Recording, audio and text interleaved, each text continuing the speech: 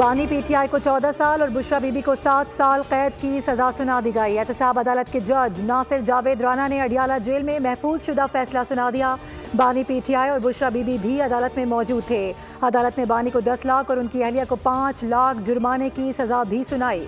Al-Qadir university को सरकारी तहवील में लेने के ऑर्डर्स जारी कर दिए गए। जुर्माने की अदम अदायगी की सूरत में बानी पीटीआई को मजीद 6 और बुशरा बीबी को 3 माह सजा काटना पड़ेगी। फैसला सुनाए जाने के बाद बुशरा बीबी को कमराए अदालत से गिरफ्तार कर लिया गया। अदालत ने केस का फैसला 18 दिसंबर 2024 को महफूज किया था।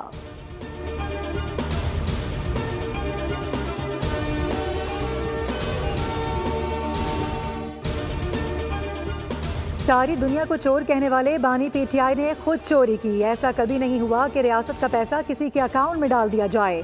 चोरी का माल हड़प करने की इजाज़त काबीना से ली गई। वज़ीर दिफा ख्वाजा आसिफ कहते हैं कि नवाज शरीफ का कोई केस ना मिला तो अकामा पर निकाल दिया गया। सियासत में झूठ और सच बनाने का सिलसिला ख़त्म होना चाहिए।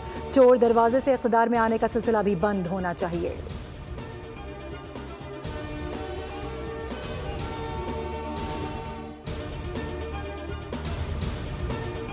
हमें चोर कहा गया कि मुल्क को लूट कर खा गए। आज उस पर खुद चोरी साबित हो गई है। नवाज शरीफ ने कभी 1 रुपए की करप्शन नहीं की। मुझे अपने वालिद के साथ खड़े होने की सज़ा दी गई।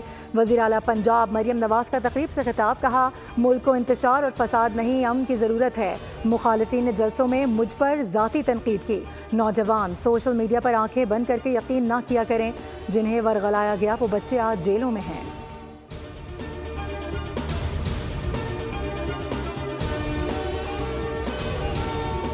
बानी पीटीआई की हकीकत आया हो गई। आज के फैसले से साबित हो गया बानी किस हद तक बदनीयत शख्स थे। बानी पीटीआई नैब के जरिए मुल्क पर हाकिमियत चाहते थे। वजीर इत्तलात सिंध शर्जील इनाम मेमन की न्यूज़ कॉन्फ्रेंस बोले कि बानी की मंशा पर नैब ने पीपल्स पार्टी क़यादत को भी जेलों में डाला। उन्होंने अपने मुखालिफिन को चोर कहा, अवाम की आंखों में धूल झोंकी। उनकी नज़र में बुशरा बीबी सियासत में जो कर रही थी वो जायज़ था।